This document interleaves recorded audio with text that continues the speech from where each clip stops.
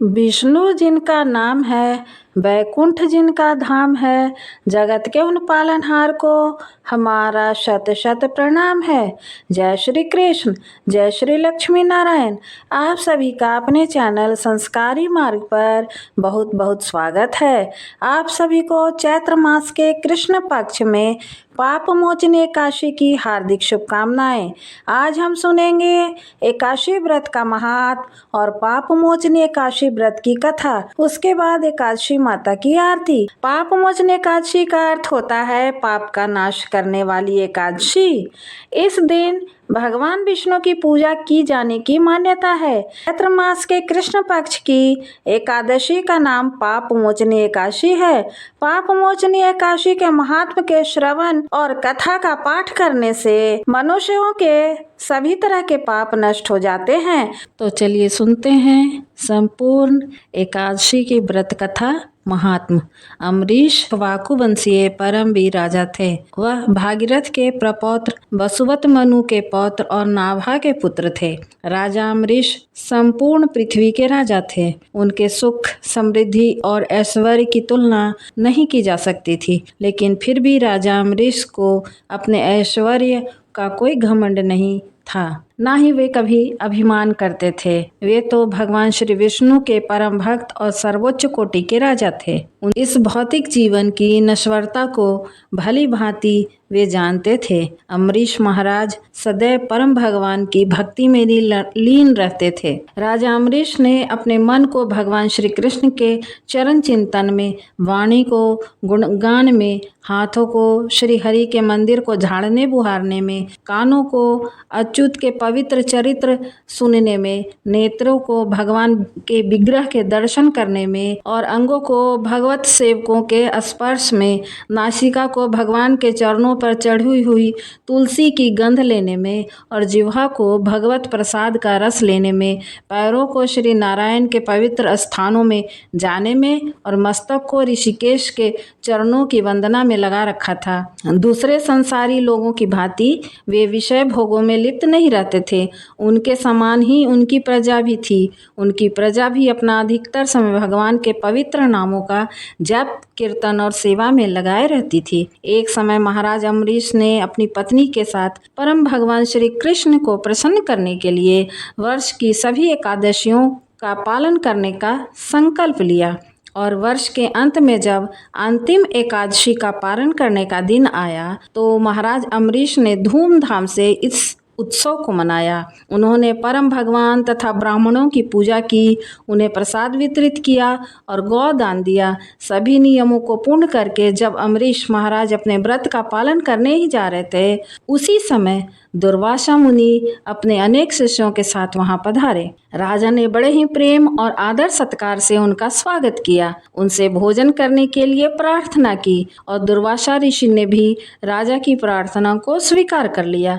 लेकिन भोजन करने से पहले वे यमुना तट पर स्नान करने के लिए चले गए। इधर राजा अम्बरीश को निर्धारित समय पर अपने एकादशी के व्रत का पारण करना था। जैसा कि हम सभी जानते हैं कि एकादशी का पारण हमेशा ही शुभ मुहूर्त में एक निश्चित समय के अंतर्गत करना होता है। राजा अम्बरीश दुर्वासा मुनि की प्रतीक्षा कर ही रहे थे, लेकिन काफ़ी समय बीत गया परंतु दुर्वासा मुनि अभी तक नहीं आए।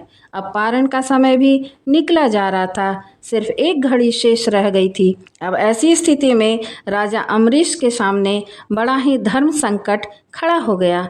अगर वह इस एक घड़ी में पारण नहीं करते हैं तो उनका संपूर्ण वर्ष की एकादशी का व्रत टूट जाएगा, और अगर वह पारण कर लेते हैं तो दुर्वासा मुनि को बुरा लगेगा कि राजा ने उनकी प्रतीक्षा किए बिना ही पारण कर लिया। ऐसी स्थिति में राजा अम्बरीश ने वहां उपस्थित ब्राह्मणों से पूछा कि हे विद्वान ब्राह्मणों, ऐसी विकट परिस्थिति में मेरा क्या कर्तव्य है? कृपया आप सब शास्त्रों द्वारा प्रमाणित कोई उपाय बताएं।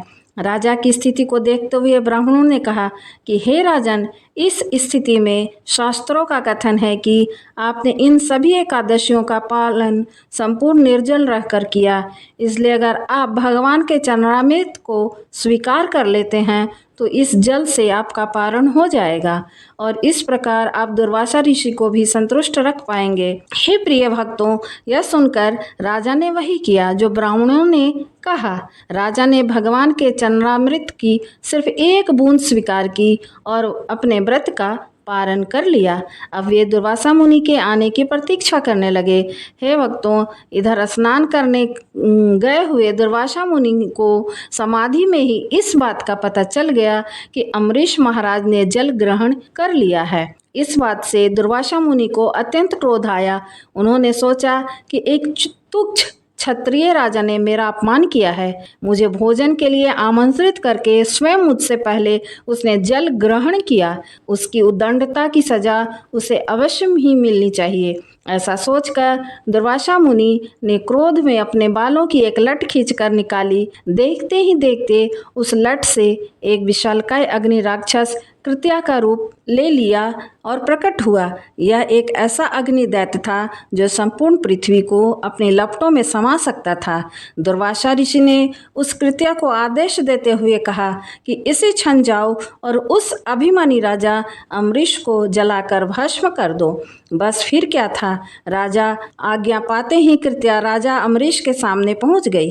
राजा अम्बरीश भी समझ गए कि क्या हुआ है, लेकिन वे भगवान के शुद्ध भक्त थे। कृत्या को देखकर वे थोड़े भी विचलित नहीं हुए। उन्होंने उसे दुर्वासा मुनि का आशीर्वाद समझकर स्वीकार कर लिया और हाथ जोड़कर उसके सामने खड़े रह गए। लेकिन हे भक्तों, जो भगवान के भक्त होते हैं उनकी ऐसी स्थिति में भगवान भला कैसे मौन रह सकते हैं। भगवान श्री कृष्ण विष्णु अपने भक्तों का अपमान कभी सहन नहीं कर सकते। वे भृगु ऋषि की लात अपने वक्ष पर सहन कर सकते हैं, लेकिन अपने भक्तों के प्रति किया गया अपराध कभी भी क्षमा नहीं करते। एक क्षण में ही दुर्वासा के सामने सुदर्शन चक्र पहुंच गया। सुदर्शन चक्र अपनी तीक्ष्ण तेज और शक्ति से उस कृत्या राक्षस अग्निदैत्य को जलाकर भस्म कर दिया। और इतना ही नहीं, अब वह सुदर्शन चक्र दुर्वासा ऋषि को भस्म करने के लिए उनके पीछे चला गया। जब दुर्वासा मुनि को यह पता चला तो वे अत्यंत लज्जित और भयभीत होकर सुदर्शन चक्र से बचने के लिए चारों दिशाओं में भागने लगे। सुदर्शन चक्र ने हर जगह उनका पीछा किया। इंद्र इत्यादि तो क्या, ब्रह्मा जी और शिव जी ने भी उन्हें शरण नहीं दी। आखिरकार भगवान शिव ने उन्हें दयापूर्वक भगवान विष्णु के पास जाने का सुझाव दिया।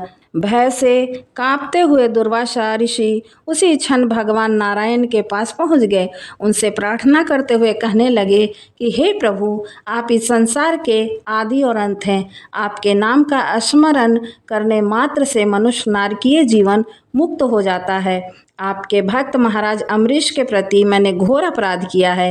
हे प्रभु, कृपा मुझे क्षमा करें। हे भगवान, श्री हरिविष्णु ने दुर्वासा ऋषि से कहा, हे मुनि, तुमने मेरे भक्त राजा अम्बरीश का घोर अपमान करके अपने द्वेष का ही प्रदर्शन किया है। इसलिए तुम इसी क्षण मेरे प्रिय भक्त राजा अम्बरीश के पास जाओ, उनसे क्षमा मांगो और मुझे विश्वास है वे तुम्हें जीवन दान अवश्य देंगे।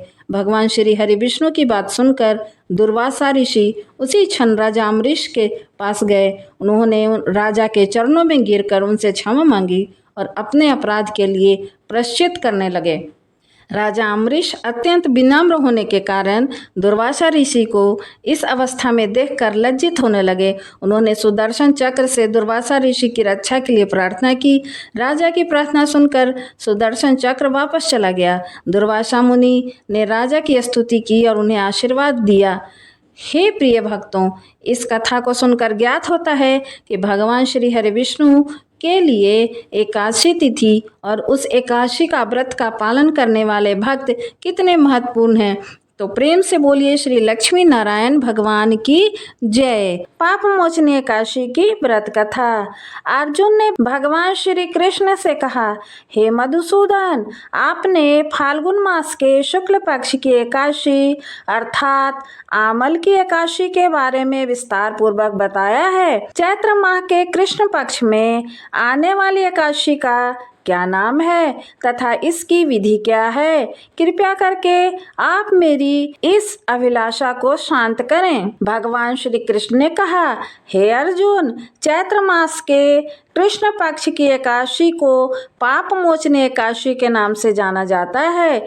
एक बार की बात है, पृथ्वीपति राजा मंधाता ने लोमश ऋषि से यही प्रश्न किया था जो तुमने मुझसे किया है। अतः जो कुछ भी ऋषि लोमश ने राजा मंधाता को बतलाया वही मैं तुमसे कह रहा हूँ। राजा मंधाता ने धर्म के गूढ़तम रहस्यों के ज्ञाता महर्षि लोमश से पूछा, हे ऋषि श्रेष्ठ, मनुष्य के पापों का मोचन किस प्रकार संभव है? कृपा कर कोई सरल उपाय बताएं जिससे सभी को सहज ही पापों से छुटकारा मिल जाए। महर्षि लोमश ने कहा, हे नृपपति, चैत्र मास के कृष्ण पक्ष की एकादशी का नाम पाप मोचनी एकादशी है। उसके व्रत के प्रभाव से मनुष्यों के अनेक पाप नष्ट हो जाते हैं। मैं तुम्हें इस व्रत की कथा सुनाता हूँ, ध्यान पूर्वक श्रवण करो। प्राचीन समय में चैत्ररथ नामक एक वन था। उसमें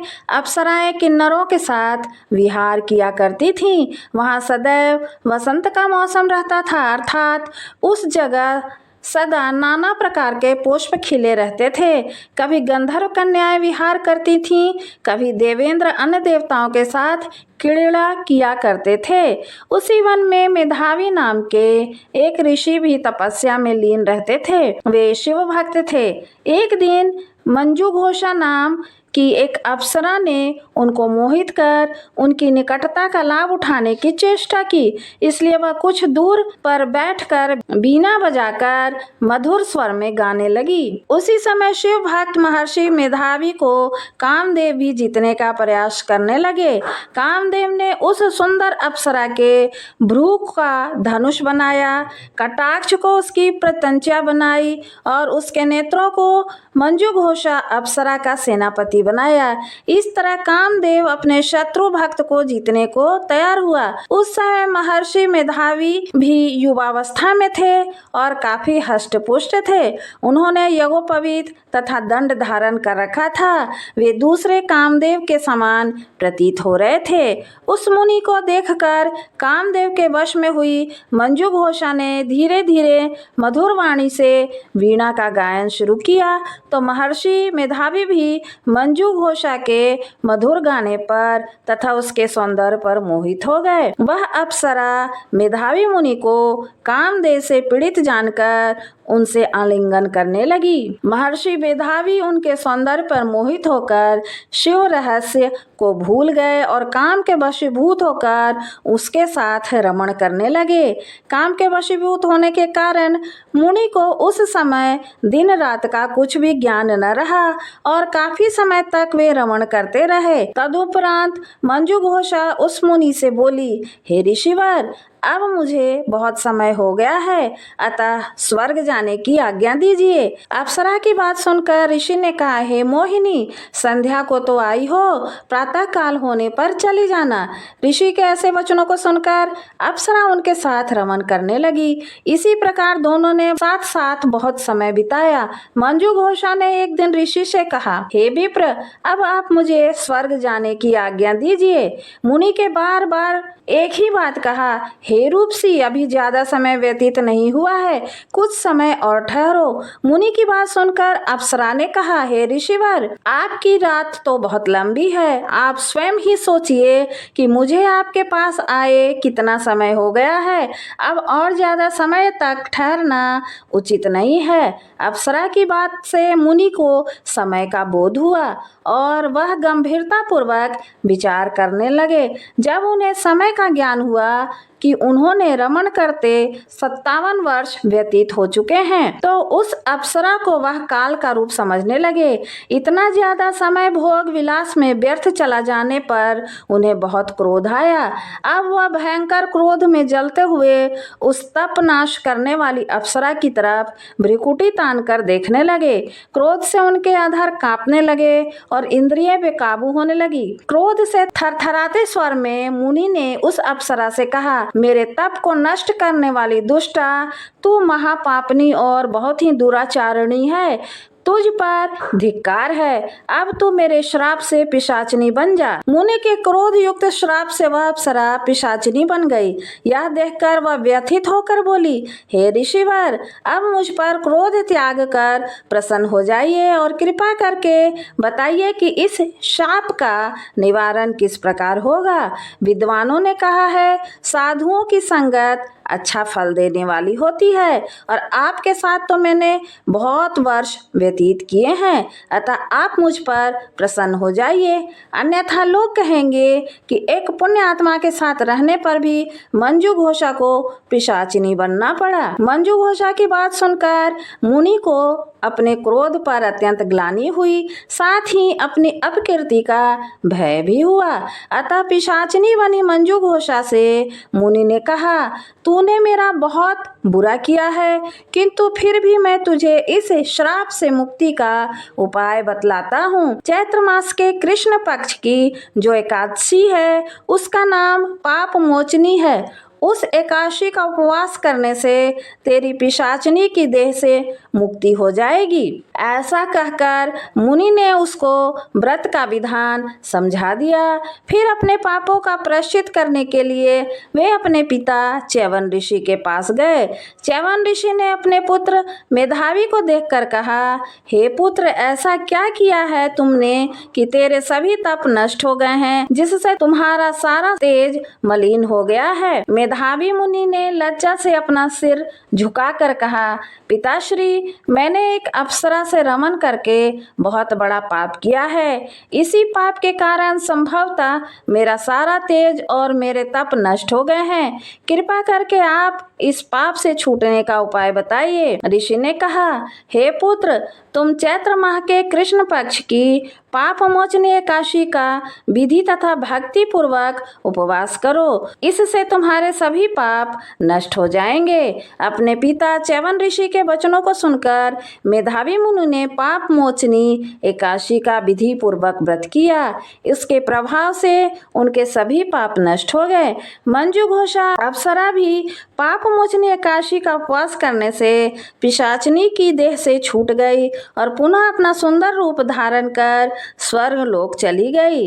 लोमश मुनि ने कहा, हे राजन, इस पाप मोचनी एकादशी के प्रभाव से समस्त पाप नष्ट हो जाते हैं। इस एकादशी की कथा के श्रवण व पठन से 1000 गौदान करने का फल प्राप्त होता है। इस उपवास के करने से ब्रह्म हत्या करने वाले, स्वर्ण चुराने वाले, मद्यपान करने वाले, अगम्यागमन करने वाले आदि भयंकर पाप भी नष्ट हो जाते हैं और अंत में स्वर्ग की प्राप्ति होती है। तो प्रेम से बोलिए, श्री लक्ष्मी नारायण भगवान की जय। अब सुनिए एकादशी माता की आरती। ओम जय एकादशी माता, मैया जय एकादशी माता, विष्णु पूजा व्रत को धारण कर शक्ति मुक्ति पाता। ओम जय एकादशी माता, तेरे नाम गिनाऊं देवी भक्ति प्रदान करनी, गण गौरव की देनी माता शास्त्रों में वर्णी। मार्गशीर्ष के कृष्ण पक्ष की उत्पन्ना विश्वतारिणी जनमी, शुक्ल पक्ष में हुई मोक्षदा मुक्तिदाता बन आई। ओम जय एकादशी माता, विष्णु पूजा व्रत को धारण कर शक्ति मुक्ति पाता। पौष के कृष्ण पक्ष की सफला नामक है, शुक्ल पक्ष में होए पुत्र दा आनंद अधिक रहे। ओम जय एकादशी माता, नाम षटतीला माघ मास में कृष्ण पक्ष आवे, शुक्ल पक्ष में जया कहावे विजय सदा पावे। ओम जय एकादशी माता, विजया फागुन कृष्ण पक्ष में शुक्ला अमल की, पाप मोचनी कृष्ण पक्ष में चैत्र महाबली की। ओम जय एकादशी माता, चैत्र शुक्ल के नाम कामदा धन देने वाली, नाम बरूथनी कृष्ण पक्ष में वैशाख माह वाली। ओम जय एकादशी माता। शुक्ल पक्ष में होए मोहिनी, अपरा ज्येष्ठ कृष्ण पक्षी, नाम निर्जला सब सुख करनी, शुक्ल पक्ष रखी। ओम जय एकादशी माता। योगिनी नाम आषाढ़ में जानो, कृष्ण पक्ष करनी, देवशैनी नाम कहायो, शुक्ल पक्ष धरनी। ओम जय एकादशी माता।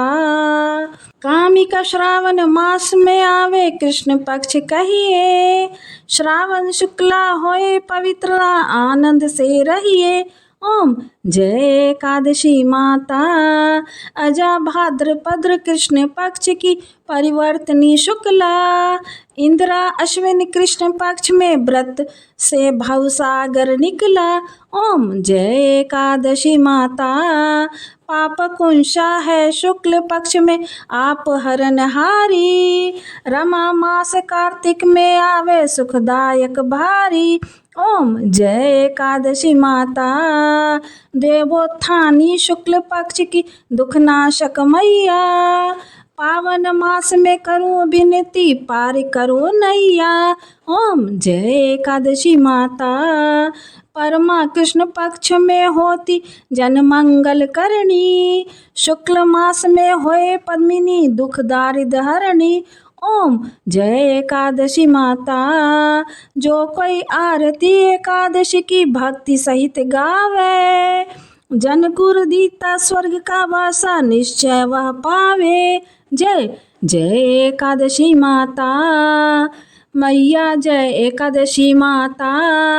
विष्णु पूजा व्रत को धारण कर शक्ति मुक्ति पाता। ओम जय एकादशी माता।